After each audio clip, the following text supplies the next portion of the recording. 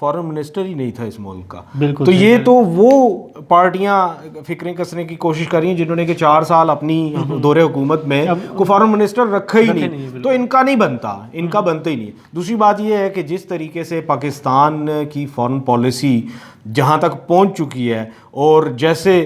ہر ایک جگہ پہ ریسیپٹیو ہیں پاکستانیز اب, اور پاکستان کی فارن پالیسی کو ایکسیپٹ کیا جا رہا ہے, تو اور آپ کے سامنے ہے کہ آپ کے نیکسٹ ڈور نیبر میں لائک افغانستان میں جو کچھ پیس معاملات کو طے کیا جا رہا ہے, میرے خیال میں اس کا سارا جو صحرا ہے وہ پاکستان کے اداروں کو اور پاکستان کی فارن منسٹری کو جاتا ہے, اور یہ تو امریکن بھی اس چیز کو انڈورس کر رہے ہیں. جب ہم امریکہ کی بات کرتے ہیں تو آج کل 2 پیرائے میں بات کرنی پڑتی ہے, ایک تو ٹرمپ اور دوسرا پینٹاگون,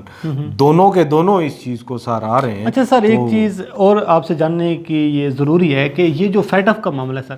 جس طرح بھی پاکستان کہہ رہا ہے کہ جو بھارت جتنی پاکستان میں دہشت گردی کروا رہا ہے, جس طریقے سے پاکستان میں کل عدم تنظیموں کو سپورٹ کرنے کی کوشش کی جا رہی ہے, مالی معاونت کی جا رہی ہے, تو اب پاکستان کی جانب سے یہ کہا جا رہا ہے کہ ہمارے پاس تمام تر جو شواہد ہیں, جو ہمارے پاس جو تمام تر چیزیں اب ہمارے ثبوت ہمارے پاس ہیں, تو یہ فیٹ آف میں آپ کو لگتا ہے کہ ہم آنے والے دنوں میں ہمارے لیے آسانی ہو جائیں گی, یا پھر ہم فیٹ آف سے نکل آئیں گے آنے والے دنوں میں؟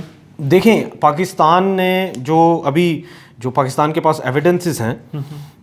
ان کو بہت زیادہ سیریس لیا جائے گا. اس کی 2 وجوہات ہیں. ایک وجہ یہ کہ آپ کو یاد ہوگا جب بھی یہ اڑی کا یا پھر جو پلوامہ کا جو اٹیک ہوا, اس کے اوپر نہ کوئی انویسٹیگیشن ہوئی, نہ کوئی جیو فینسنگ, نہ کچھ آپ کو ملا, آپ نے سیدھا میڈیا کے ذریعے تھوپ دیا کہ یہ پاکستان نے کیا, انڈینس نے. ٹھیک ہے. دوسری بات یہ ہے کہ پاکستان نے یہ جو ابھی ڈوزیئرز دیے ہیں, ٹھیک ہے, یہ جو ڈوزیئرز ہیں ان کو میں ڈوزیئرز ہی کہوں گا. اس کی وجہ یہ کہ یہ جو ڈوزیئرز ہیں یہ ویل تھاٹ آف ہیں, ٹائم لگا کے پھر ایک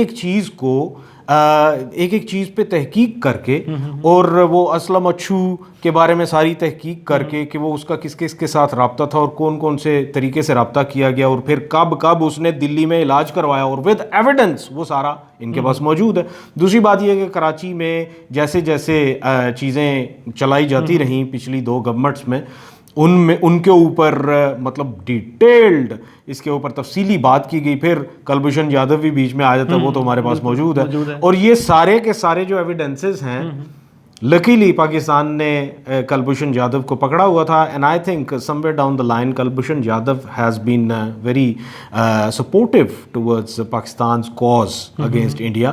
آبویسلی ایک بندہ وہ کافی عرصے سے آپ کے پاس موجود ہے, آپ اس کی اچھی کیئر کر رہے ہیں, بابا ہی is taken well care of. تو پھر یہ ہے کہ وہ اس نے بہت ساری چیزیں سامنے آ رہی ہوں گی, بالکل اس نے پھر ٹپ دی ہیں, اور وہ پھر ایسے لوگ جو کہ مسجدوں میں بیٹھ کے, اور وہ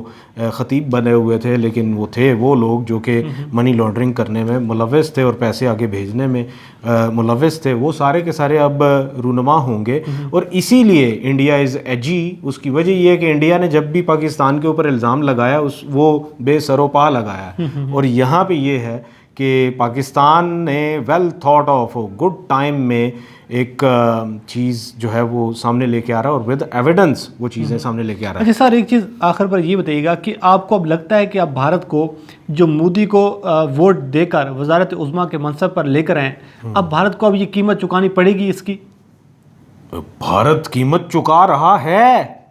اس وقت. آج کے بھارت کی اگر آپ بات کرتے ہیں تو آپ کو نہیں اندازہ کہ وہاں پہ کیا چل رہا ہے. آپ کو یہ پتا ہونا چاہیے کہ انڈیا کی آرمی میں اس وقت میوٹنی جیسی سچویشن ہے. میں کیوں کہتا ہوں, اس کی وجہ یہ ہے کہ ان کے ہاں جو آرمی کے آفیسرز ایک اسپیشل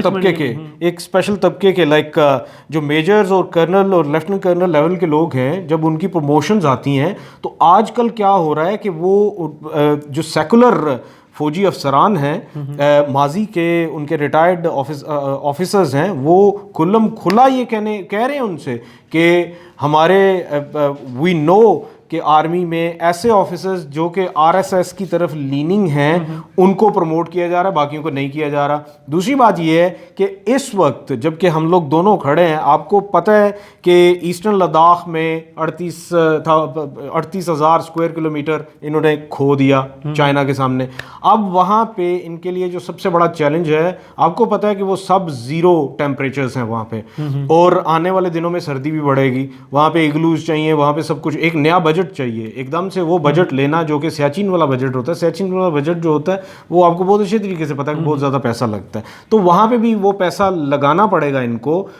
اور وہاں سے جو رپورٹس آ رہی ہیں وہ یہ آ رہی ہیں کہ جان کے ایسی یونٹس بھیجی جا رہی ہیں انفینٹری کی جس میں کہ سکھوں کی اور تبتن اور وہ جو گورکھاز ہیں ان کی تعداد زیادہ ہے, ہندو کم ہے. تو آپ یہیں سے حساب لگا لیں کہ ایگزسٹنگلی انڈیا میں یہ کچھ ہو رہا ہے. اتنا زیادہ ریسزم ہو چکا ہے انڈیا میں, اتنا زیادہ ریسزم ہو چکا ہے کہ آنے والے دنوں میں ہمیں ساری چیزیں بالکل کلیئر نظر آئیں گی, کہ کلیئر ڈیوائڈز ہوں گی ود ان انڈیا, اور آنے والے دنوں میں مطلب چیزیں بہت زیادہ قابل برداشت ہوں گی انڈیا کے لیے. اور مجھے تو یہ لگ رہا ہے کہ شاید آنے والے وقتوں میں